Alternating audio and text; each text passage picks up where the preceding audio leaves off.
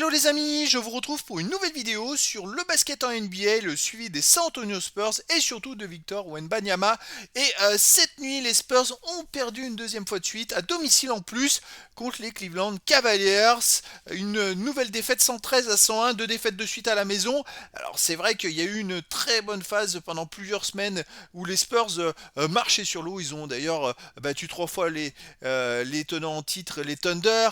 Ils ont vraiment été très très bons et là, baisse de régime, alors de la décompression, je pense plutôt de l'accumulation de la fatigue, parce que les Spurs ont mené quand même deux fois jusqu'à 10 points d'avance, et ils se sont écroulés dans le dernier carton, ils se sont fait dépasser, et c'est vrai que physiquement, j'ai l'impression qu'ils n'ont pas pu tenir.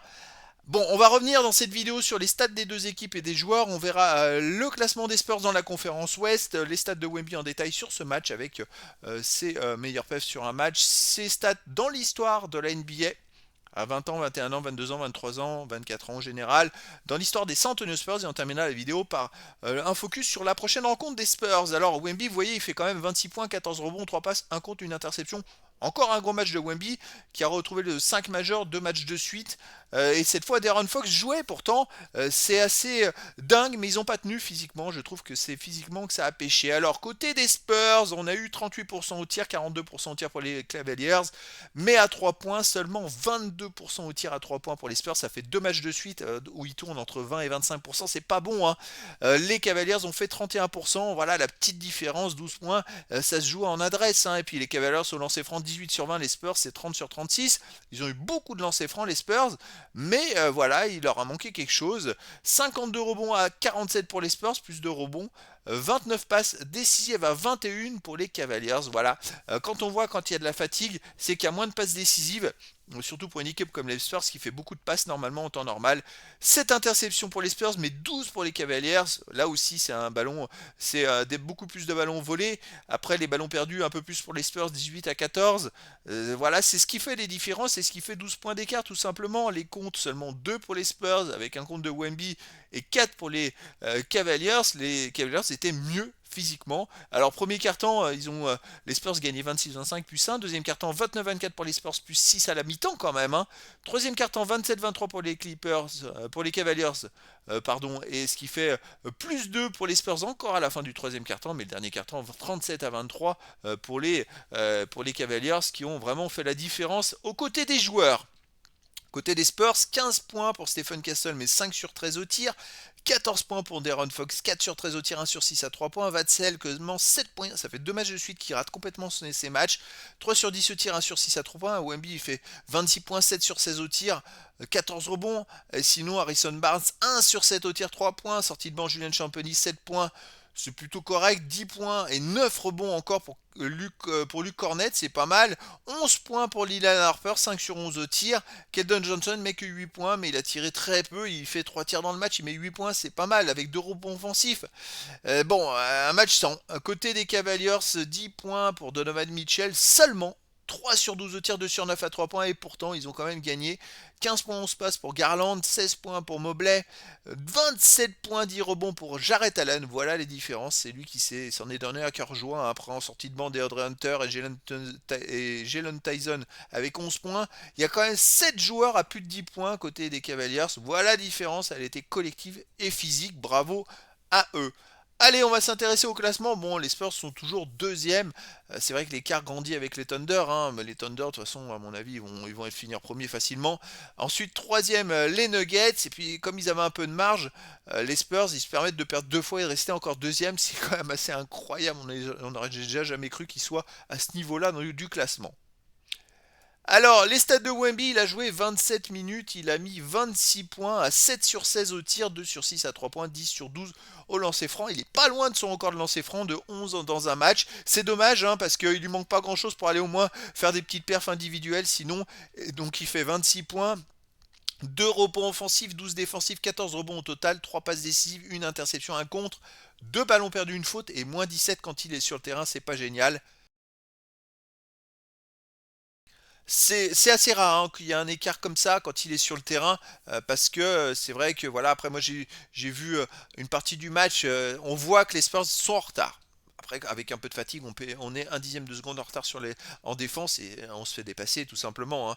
Et Pourtant, ils ont défendu comme ils ont pu, puisque les Cavaliers ont beaucoup raté, mais les Spurs, avec la fatigue, l'accumulation en attaque, bah, ça mettait pas, il n'y avait pas d'adresse. Allez, on va voir maintenant les stats. Bon, dans sa moyenne en saison régulière, on va passer. Les stats de Wemby dans l'histoire de la NBA, il revient à un seul compte d'André Drummond, en 9e position, 9e meilleur contreur de l'histoire à 22 ans. Il lui manque un compte pour être 9e, mais là, il marque un peu le pas. Hein. Là, il y a moins de contres, en même temps, les adversaires attaquent plus le panier, ils ont peur de se faire contrer, mais il a mis une bâche. Le compte du match, il a scotché l'adversaire. Magnifique. Et sinon, il a gagné des places de partout. Il a gagné 4 places au point à 22 ans. Vous voyez, maintenant, il est 99e. Il est dans les 100. Ça y est, il a maintenant beaucoup de places dans les 100. Il en a 2, 4, 6, 7 places dans les 100. Premier, c'est quand même pas mal. Et puis sinon, vous voyez, il gagne des places. Au général, par exemple, il a gagné 14 places. Maintenant, il est 1352e au nombre de points marqués sur 3000, avec 3118 points sur 5288. Ça va être à surveiller, vous voyez, sinon, moi je surveille aussi 23 et 24 ans parce qu'on se projette sur 1 an ou 2 ans à venir, et ça c'est important de pouvoir se dire, ben tiens, cette année il progresse, bon, et on va espérer que cette année il soit mieux en termes de place que ce qu'il a fini à la saison passée à 21 ans. Donc pour l'instant, eh ben écoutez, il n'a pas encore rattrapé des places de 21 ans, il est encore assez loin de la plupart des places, donc on va surveiller, parce que même pour les comptes, il avait fini 5e, là il est 10e. On va surveiller, c'est vrai que cette année un peu mitigée quand même. Sinon j'essaye de surveiller aussi les rebonds. Là il a pris beaucoup de rebonds, il a gagné 2 places, il est maintenant 75e au total rebond, 47e au rebond défensif. C'est quand même pas rien, c'est pas mal. Hein. C'est pas mal, ça progresse. Allez, dans l'histoire des San Antonio Spurs, eh bien écoutez, il a gagné à 22 ans une place, il est deuxième maintenant au tir marqué. Bon. Mais il est encore loin de Tony Parker, il a 593 tirs de retard sur Tony Parker à 22 ans. On va voir s'il peut le dépasser ou pas d'ici la fin de la saison. Moi, je regarde aussi les total rebonds où il est plus qu'à 196 rebonds de Mark Olberding. Donc, dans une vingtaine de matchs, il devrait le dépasser. Ça va être à surveiller. Les ballons perdus, bon, ben, j'ai peur qu'il aille chercher Tony Parker. Il lui en manque 56 pour dépasser Tony Parker qui en avait 528. J'ai une stat arrêtée en 20 ans, 21 ans, 21. Il faudrait que je réactualise ça parce qu'il me semble que la même stat entre 21 ans et 22 ans pour Tony Parker, ça me paraît bizarre. Mais voilà, c'est peut-être normal. Donc voilà, ou alors il lui en manque beaucoup plus, hein, si c'est tronqué. Mais en tout cas, Wemby continue de progresser. Il a gagné une place, par exemple, aux interceptions. Il est maintenant 7ème des Spurs à 22 ans. Bon, il lui en manque 163 pour être le premier. Ça va être quand même compliqué. La saison passée, il avait fini 5ème, 6ème pardon, à 65, en écart de 65 avec le meilleur Tony Parker. Bon, je vais surveiller tout ça, bien évidemment. J'essaie de regarder un petit peu les stats. Hein. Quand je vous dis, j'aimerais bien qu'il gagne aussi, c'est les lancers francs. Il lui en manque 276 marqués et 366 tirés. Là aussi, il progresse beaucoup. J'ai bon espoir que d'ici la fin de la saison, il puisse y avoir quelque chose. On va surveiller. Allez, prochaine rencontre, les amis des San Antonio Spurs, ce sera le 1er janvier 2026 à 1h du matin, heure française.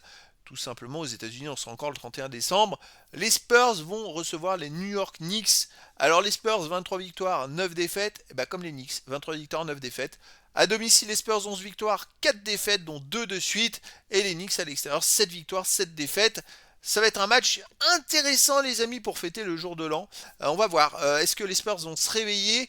Ça va pas être facile face aux Knicks, qui est quand même une équipe difficile avec des très bons joueurs. Mais en tout cas, voilà, les amis, écoutez, je vous dis à très bientôt pour une nouvelle vidéo.